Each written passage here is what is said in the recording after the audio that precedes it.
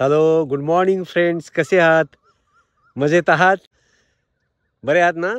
तुम्ही आता झोपेत असाल. कुणी उबदार रजई स्वतःभोवती लपेटून घेतली असेल. कुणी ब्लँकेटमध्ये आतमध्ये जाऊन झोपलं असेल. कुणी चहाचा घोट घेत असेल. आमचं काय चाललंय मित्रांनो? आम्ही ह्या कडाक्याच्या थंडीला लपेटून ह्या आमच्या शेतातल्या पिकाला पाणी देतोय. मित्रांनो, सकाळी 5 वाजता आलो. पहाटे 5 वाजता आलेलो आहे. पहाटे 5 वाजल्यापासून इथं शेतामध्ये मी दारं धरतोय. हे बघा, पाठीमागं बघा काय अवस्था आहे. गहू पेरलेला आहे आणि या गव्हाला पाणी द्यायचं काम पहाटे 5 वाजल्यापासून मी करतो आहे. कारण आता रात्रीची लाईट आहे आम्हाला. त्यामुळं रात्री 11:30 वाजता लाईट येते दोस्तांनो. आणि मग 11:30 वाजता लाईट आल्यानंतर आम्ही 11:30 वाजता रात्री यायचं का? फार अवघड असते मित्रांनो. तुम्हाला काय सांगायचं आमच्या शेतकऱ्यांच्या व्यथा. तरी पण एवढ्या रात्री काय शक्य होत नाही मित्रांनो. म्हणून 5 वाजता आलेलो आहे. 5 वाजल्यापासून इथं दारं धरतोय. पाठीमागं बघताय तुम्ही गहू कसा भिजलेला आहे. तर कसं असतं बघा मित्रांनो शेतकऱ्याचं आयुष्य. आता तुम्ही म्हणत असेल मस्तपैकी तो टी शर्ट घातला आहे, मस्तपैकी पॉशमध्ये आहे.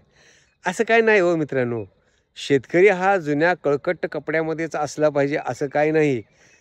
काय एज्युकेटेड माझ्यासारखे माणसंसुद्धा खूप चांगली शेती करू शकतात. लक्षात घ्या, हा पुढच्या जनरेशनसाठी फार मोठा धडा आहे मित्रांनो. ज्यांना शेती करण्याचा कंटाळा आहे किंवा ज्यांना शेती करायला नको वाटतं, तर त्यांच्यासाठी हा सगळ्यात मोठा लेसन आहे मित्रांनो. तर पहाटे 5 वाजता आलेलो आहे मित्रांनो. तुम्ही आम्हाला शेतकरी राजा म्हणता. तुम्ही आमच्या कपाळावरती शिक्का मारलेला आहे. कुठला? जगाचा पोशिंदा. मग जगाच्या पोशिंद्याला असं झोपून चालेल का? कंटाळा करून चालेल का दोस्तानो? नाही. त्याला मेहनत करावीच लागते, त्याला कष्ट करावेच लागतात.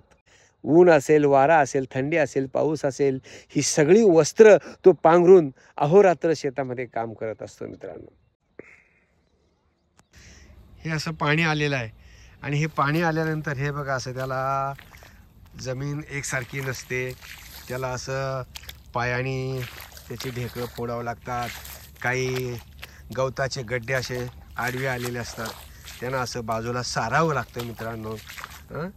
तर लय अवघड असतं बरं का शेतकरी म्हणून जगणं मित्रांनो. हे असं ठेचकाळत कुठे ढेकळं आलेले असतात, त्या ढेकळ्यांना बाजूला सारायचं. मित्रांनो, हे करत असताना एखाद्या ढेकळा घालून विंचूसुद्धा निघालेला असतो, पण आम्हाला सांभाळूनच करावं लागतं. तर एखाद्या ढेकळाखाली गोम आलेले असते. गोम आता गोम तुम्हाला माहीत असेलच. तर ती गोम निघालेली असते. काही वेळा ढेकळांच्या खाली मुंग्याचं बारीक घरटं असतं. आता बघा इथं आहे, बघा हे. तर काही वेळा त्या मुंग्यावरती पाय पडतो आमचा, त्यामुळे ह्या मुंग्या आमच्या पायाचा चावा घेतात.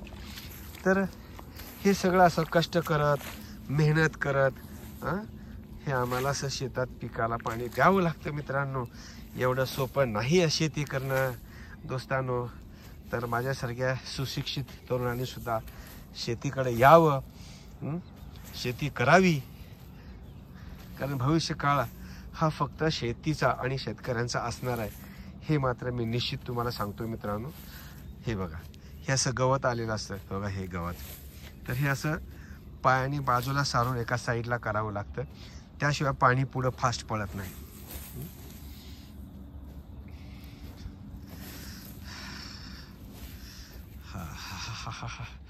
माय गॉड, बापरे, कशी थंडी आहे बघा दोस्तानो, कशी थंडी पडली आहे.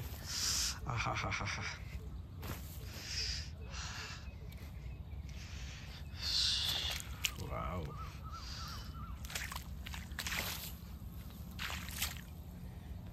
येतोय का कोकिळेचा आवाज तुम्हाला ऐकायला?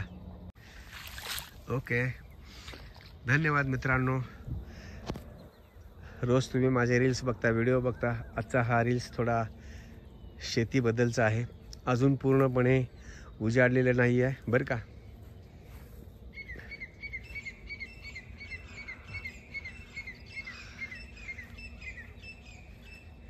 आता तो आवाज ऐकला ना, तो तितर पक्ष्याचा आवाज आहे, तितर पक्ष्याचा. तर एवढे ते बघा तिकडं कोकिळा ओरडते.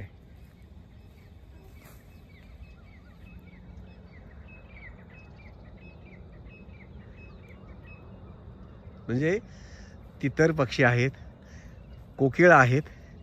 तर सकाळी सकाळी यांचं हे बघा कोकिळा कुहू कुहू करते, तितर पक्षी ओरडत आहेत. हे आमचं स्वागत करतायत मित्रांनो. हे शेतकरी बांधवांचं हे स्वागत करतात. कोकिळा, हे तितर पक्षी हे शेतकऱ्याचं स्वागत करतायत.